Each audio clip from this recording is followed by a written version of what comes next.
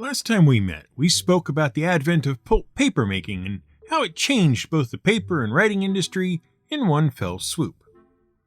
Suddenly, everyone had access to something to read, and as literacy rates increased, more and more people were opting to read the new pulp literature of the day. From crime-riddled story papers to fantastic and horrific penny dreadfuls, to dime novels full of made-up history and historical figures, to the pulp magazines and books that brought science fiction and fantasy to the fore, there was something, eventually, for every taste. And all of it became the inspiration for Gary Gygax and Dungeons & Dragons, as seen in Appendix N of the Advanced Dungeons & Dragons Dungeon Master's Guide. Though not everyone was gung-ho about it all. As we discussed, there were many people who looked down on the various cheap reading materials and declared that they were unworthy of being read, and that the people who did read them were somehow less than the people who focused on reading and writing not only the classics of Western literature, but the soon-to-be new classics of Western literature. Look at these peasants, the sentiment seemed to be. By reading these filthy books with their grubby little stories, they debase themselves. If only they'd read the classics, they could be just like us. Good, right-thinking, wealthy, and influential. Why, almost human. They'd be so much less trouble if they just read better. Which is sort of the problem with people who look down their noses at the ways you choose to occupy your time. The base assumption is that if you only did what they did and enjoyed what they enjoyed and read what they read, why, you'd be a better person, just like them. Your life would be magically smoothed out and unruffled.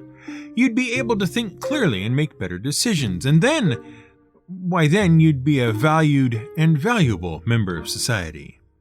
To do anything differently was to keep yourself out of the club of worthies. And naturally, being in the club of worthies was the best thing ever. Obviously. But equally obviously, there were several problems with this idea, even aside from the fact that it was a terrible way to treat people. The foremost problem was the inability to access the sorts of books that would at least let you look inside the club to see what it was all about. As we discussed, books of the sort deemed valuable to those higher up the ladder than you were expensive to acquire. The whole point of pulp paper was to make things more affordable, but, of course, this wouldn't do for printing the best books. Why, to print such important literary works in such a cheap manner was to devalue them. It wasn't showing proper respect for the supposed quality of the ideas and words contained within. Far better to keep printing them on the more expensive and more labor-intensive rag paper, bind them in expensive leather, and only sell them in the most exclusive shops. You'd keep them out of the hands of the riffraff that way, since they couldn't afford them. Which was fine. Who wants the riffraff hanging about the place anyway? The second problem with these classics of Western literature was that since they were written and read by people of quality, they tended also to feature people of quality, doing the sorts of things people of quality do in the places people of quality go for the sorts of reasons people of quality can afford to have. The average Jane or Joe reader simply couldn't relate to what was on offer. They just weren't the sorts of people, settings, and plots that your average riffraff knew all that much about, not really being able to look into the club windows in the first place. And if it wasn't that, it was the patchwork knowledge of history, historical figures, and great thinkers that the average reader of the day had that meant even if you could look in the windows, you still had no common ground on which to communicate. So that worked to keep everyone out of the big parties on the hill as well. If you couldn't relate to the characters and situations, or just flat out didn't understand what the luminaries of the past were talking about, it was, and frankly still is, hard to see why you should even bother reading them in the first place. The third big obstacle to attending the swankiest parties was the fundamental inability to read the great works to begin with. Not because you didn't know how to read in general, remember literacy rates were on the rise, but because many of the great works were written in languages the average person had never learned to read in the first place. A large chunk of classic literature was only available in Greek or Latin, and most people not part of the church clergy, to whom reading and writing in Latin was restricted, simply weren't capable of reading and understanding the material for themselves. It's no good telling folks that these are the keys to the kingdom when they can't even find the locks they're meant to go in. And given the other problems, there was very little financial incentive for people to make translations for average Jane or average Joe so they could understand things too. Without anyone really trying or making much of an effort at all, lots of people were excluded from the great works at least until the late Renaissance and the onset of the Age of Discovery. After all, we can't let just anyone into the clubhouse. They'll get the carpets all dirty. Which is why, even today, so many people haven't read the majority of the classics of Western literature, myself included. While many are now produced in inexpensive volumes, they still seem distant, irrelevant, and are often challenging to read even when translated properly.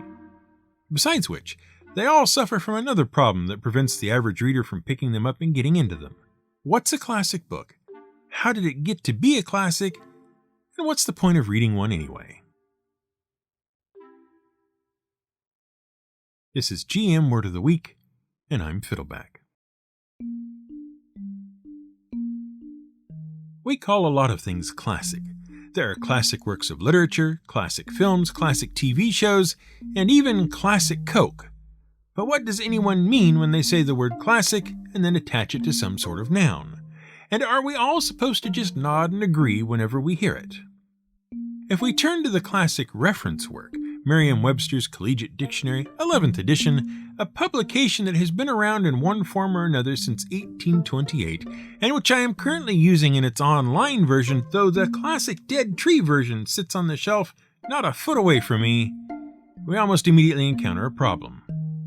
See, there are two different uses of the word classic, one of them as an adjective and one as a noun, which in itself is not a terrible problem, but becomes one when you realize that there are 5 separate definitions for the adjective and 4 for the noun version. A classic dictionary problem, a word used in so many different ways that it is hard to know at any given time which usage is meant without some further context located elsewhere in the sentence or paragraph in which it is read. For example, suppose I tell you I read a classic book. What do I mean? Do I mean I read a book whose story was of a high standard and recognized value? Something like Crime and Punishment by Dostoevsky, for example. Or do I mean I read something written by the Greeks or the Romans, say, the Iliad by Homer? Or perhaps I meant that I read a historically or literarily significant book, Uncle Tom's Cabin by Harriet Beecher Stowe. Or maybe I meant that I read an authoritative, authentic, or typical book about a given subject, maybe Hoyle's Book of Games by Edmund Hoyle. I can mean any, several, or even all of these things depending on what book I actually did read and what I thought of it. And that's just classic in the adjectival sense. If I limit what I tell you to just the noun form of classic, as in, I read a classic, you're left to consider whether I meant a literary work of ancient Greece or Rome, a work of authority or excellence, a typical example, as might be implied by the phrase, this book is a typical book, or even whether or not I'd read a book at all, because classic can also mean a traditional event. Maybe I read the score sheet for Game 3 of the World Series. And never mind the unhelpful sentence, I read a classic. It's no use relying on the definition of classic unless you know a sufficient amount of the context in which it is being used. You could be talking about almost anything. Now, a number of you are probably listening to this and saying to yourselves, this is classic GM Word of the Week tomfoolery. Everyone knows what the classics are. Why not just look at the list of recognized classics and get on with it? But in a classic twist, it's just not that easy. There's no one list, and certainly there's no one central authority that decides what is and isn't on the list. Classic, as the word is generally used today in reference to literature, is meant to describe a literary work generally agreed by the majority of people who have had input on a particular work to be a work that best exemplifies the society and culture from which it comes. As such, it meets a high standard for quality, appeal, longevity, and influence. Or to put it another way, Classic literature is considered among the best of all writing of its time, remains relevant and interesting down through the course of time, still has something to say to the modern reader regardless of when it was written, and has led to other significant works while also having an impact on the culture from which it comes. Consider these individually, though. The quality looked for isn't just good writing. It's more about artistic quality. Does the work present some essential element of life, truth, or beauty? Does it inspire the reader in some way? Do you come away from it seeing the world in a different way or influenced to behave or think differently? By placing a microscope to life, does the writing illuminate something totally new or reveal something unknown until now? Does it speak to universal or individual truths, or is it written in such a way that it becomes beautiful in itself? Even if the work was written centuries ago, does it still have meaning today while still being representative of the time in which it was written? And more importantly, is it old enough to have proven itself? Upon asking my 4th grade teacher what made a book a classic, I was told the book had to be at least 50 years old, as if that was the only requirement. But even that isn't enough when it comes to the sort of universal classics we're talking about here. At the time, I was wondering why fantasy and sci-fi books I enjoyed weren't considered proper classics, and while it was true that many of the titles I could think of at the time were not yet classics in the larger sense, and certainly weren't 50 years old or more, some of them were, even at the time, considered not only classics of their genres, but actual full literary classics. Most, though, simply hadn't been around long enough to prove their qualities. Even the best of recent writings, no matter how well done, how appealing, and how influential, have yet to stand the test of time. The other point on which my beloved sci-fi and fantasy novels would have fallen down is universal appeal. And the point is not that they were sci-fi and fantasy, so of course they didn't have universal appeal. The point was the themes they dealt with were, by and large, not of universal appeal to such a degree that they were capable of speaking to a wide audience regardless of their interests. Themes like love, hate, death, life, and faith were, in the case of most literary classics, things that everyone could relate to regardless of their social class, status in life, or background. The classic speaks in some way to everyone about essential themes, ideas, and beliefs we all share. And just so I'm clear on the point, there are some genre novels that qualify as genuine classics, but by and large, the genres are still too young as a whole to have developed the sort of broad appeal needed. The literary classic is also something that can be read again and again, and from which the reader can derive new meaning and understanding each time. A book read in your youth might contain one set of lessons or ideas, but when the same book is read later in life, say as a 20 or 30-something with a new station in life and new responsibilities, or as a more senior reader with broad life experience behind them, new lessons and ideas can be had. Not because the book has changed, but because you have. It might even be necessary for a classic to be read more than once in order to fully appreciate its value as your perspective changes. Classic literature acts as a sort of nexus of ideas, both flowing into the work itself and flowing out of it to subsequent works by others. Classics serve not only to define a particular place and time in history, but also all the places, times, and people leading up to them. Often this influence is an unconscious one, a product of simply being written by a living, thinking writer alive at that particular time. And just as previous works influence the writer in writing, so too does the classic influence those who come after. That's another part of the reason a new classic needs time, to see if it will influence future writers, often to classics of their own. The whole idea of the Western canon, of which the literary classics are considered to be a part, and if you're confused about the word canon, please see our classic episode, Canon. The whole idea of the Western canon is that it represents not only the best and brightest in literature, but also art, music, and philosophy, which also lays the foundation for much of Western culture. By reading the classic literature of the Western canon, the reader is bound to develop the intellectual, philosophical, and historical context to not only understand what Western culture is all about, but to also be able to think and act in the best possible traditions of Western culture. By reading the classics, you will be able to fully take part in and appreciate what it means to be part of that culture. So, presuming you want to better understand Western culture and your role in it, read the classics. Well, the classics of Western literature, at least. Because, you see, for as many different cultures as there are also classics of art, philosophy, literature, and everything else besides for each.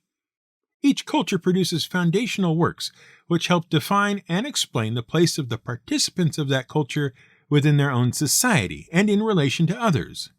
So if you want to begin to understand other cultures, read their classics. Classically, there's more to it than just a list of books you should read in order to be considered a functioning member of your culture, though. As we said before, there's no one list to which everyone agrees. At one time, practically every college had a list of classics recommended and taught to its students, but no two lists completely agreed. It depended in large part on what each college's goal was in teaching the classics and what their overall curriculum intended. Then along came various scholars and publishers with lists of their own, and while many items on the lists overlapped with other lists, many did not.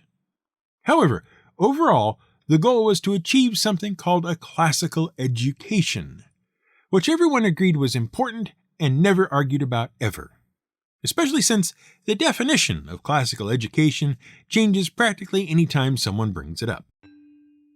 The basic idea of the classical education and the format which most people agree constitutes the foundation of a classical education is something called the trivium, which lays the foundation for the liberal arts and has been around since at least the medieval era. And there's a lot of explaining to do, so hold on. First, trivium is medieval Latin for the meeting of the three ways, or crossroads, and it represents the earliest stage of learning. In the earliest years of schooling under a classical education, most of the time is spent learning facts. By laying facts in, the idea is that a solid foundation of basic essential knowledge is developed. All that time you spent learning the capital of South Dakota, how many presidents there were, and how to stop spelling banana? Those were the bricks being laid in as the foundation of the first part of a classical education. They didn't mean a lot, because you had yet to really grasp the context necessary to process them, but that was just the first part of the trivium. The second part is the middle grade years, where students are meant to learn to think through arguments. Not the bickering sort of arguments, but the kind of arguments that ask you to evaluate two or more ideas against each other. Basically, the whys and wherefores of the knowledge you were being exposed to. How do we know that we're supposed to point and laugh at flat earthers? How is government really meant to work? Why is 5 not the answer to what is 2 plus 2? All of which is informed by the foundational knowledge you hopefully absorbed while it was all still just facts to know. Now you were meant to be able to explain why things were as they are. The third part of the trivium is meant to occur during your high school years, where the student is supposed to be learning how to express themselves. Having applied foundational facts to understanding the world as it is, can you then work out and say what it is you actually think about these things? Can you articulate your thoughts? Are you capable of thinking original thoughts? And can you take all the facts and reasoning you've learned and use them to support your own ideas and make yourself understood? Can you, in fact, demonstrate the ability to connect knowledge of all sorts together into a cohesive, interconnected argument that supports some new thought in a logical, well-reasoned way? Can you write an episode of GM Word of the Week? This is the trivium, and classically, its 3 stages are referred to as grammar, logic, and rhetoric. Grammar is concerned mostly with language skills like reading, writing, and vocabulary. Logic is meant to teach the process of correct reasoning, and rhetoric focuses on debate and composition, each one building on the last. After the trivium has been mastered, secondary education focuses on the quadrivium of arithmetic, geometry, music, and astronomy. After After that, you were expected to go apprentice yourself to someone in the field of your choice, though universities would offer lessons in theology and philosophy if you were somehow uninterested in a real job. Of course, as mentioned, every time you looked around to see what a classical education was, it was different from the last time you looked. No one seemed quite sure from century to century, or even year to year in some cases, what a classical education was meant to offer, only that everyone should have one, and at the end of it, everyone should be able to enter society as a reasoning, thinking, and productive member of that society who knew roughly all the same things as everyone else and could apply it all equally well.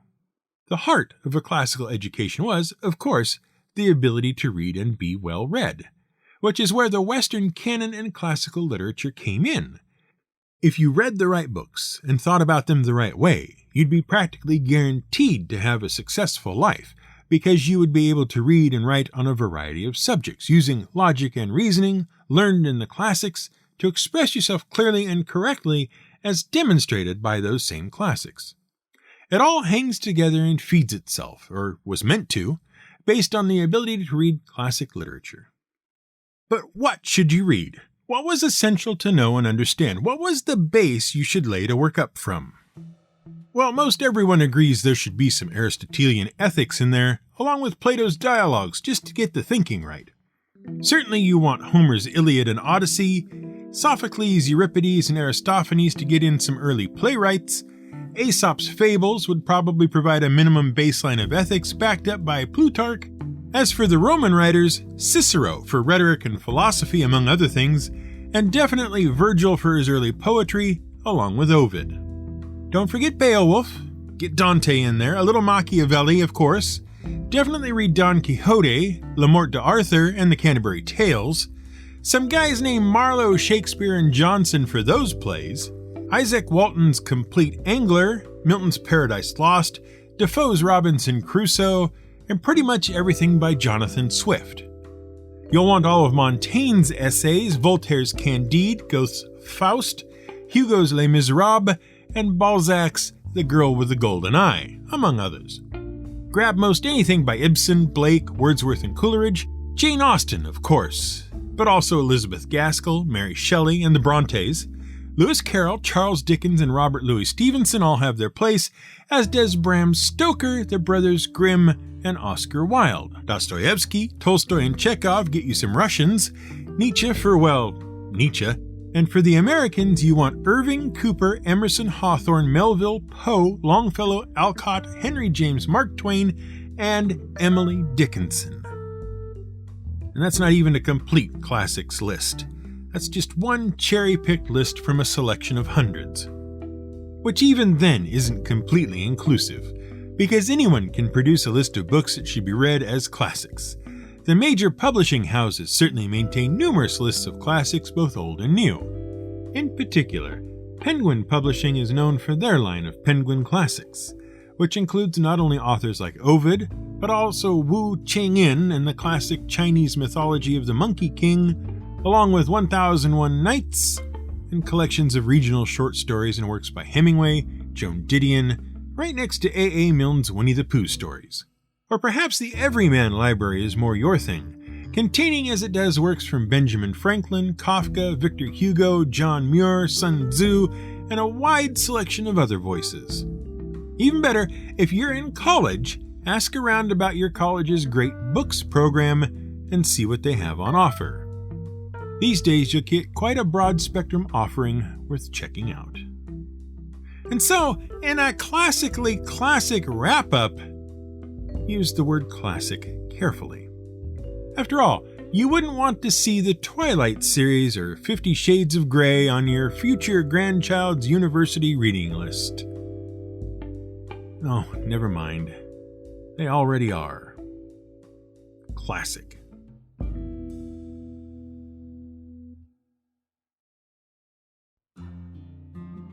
Thanks for listening to this episode of GM Word of the Week. I'm glad you took the time. If you've enjoyed this episode, consider throwing some support our way. Ratings and reviews are always appreciated on whatever listening platform you have, and telling your friends about us is nice as well. Of course, you can always pledge your support to the show at buymeacoffee.com/fiddleback, where we've adjusted the levels a bit so it's easier on your pocketbook. GM Word of the Week is a Fiddleback production and is researched, written, and produced by Brian Casey. Music is by Blue Dot Sessions. A classic is a book that doesn't have to be written again.